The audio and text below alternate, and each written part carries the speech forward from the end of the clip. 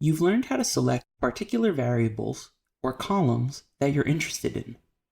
Now you'll explore the data to find interesting observations or rows.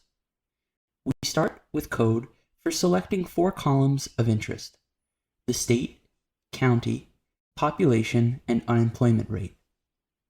We could start by assigning that to the variable counties_selected. We'll work with that variable from now on. Right now, notice that the observations are in alphabetical order by state and county. We might instead be interested in the counties that have the highest population. The arrange verb sorts your data based on one or more variables. You can start with your counties selected variable, then the pipe operator, then arrange. Inside the parentheses, put population to specify the variable you want to sort by. This shows us the counties with the lowest population, which are indeed pretty small. One county in Hawaii has only 85 people. We might be more interested in the counties with the highest population. To find these, you change your code only a little bit. Add descending around population. It looks like the highest population is Los Angeles, California, which is one of the biggest cities in the United States. Arrange is thus a useful verb for finding the most interesting observations in a dataset. From now on, we'll keep showing multiple verbs at a time to get you in the habit of piping many verbs together. Another useful verb is filter.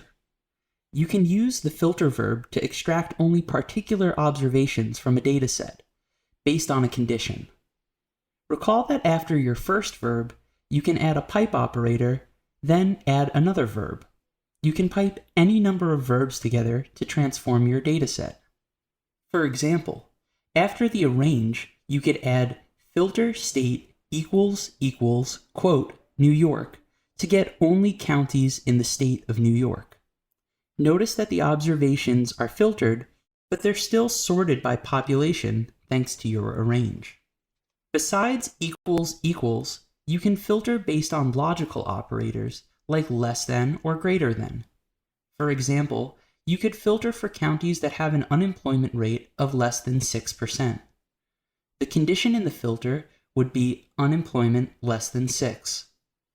This tells you that the largest counties with an unemployment rate below 6% are Fairfax, Virginia, and Salt Lake, Utah. Finally, you can combine multiple conditions together in a filter. You filtered for the state of New York and for unemployment below 6%, but you can do both at the same time if you separate them with a comma. It looks like only a few counties in New York have an unemployment rate that low. Throughout the course,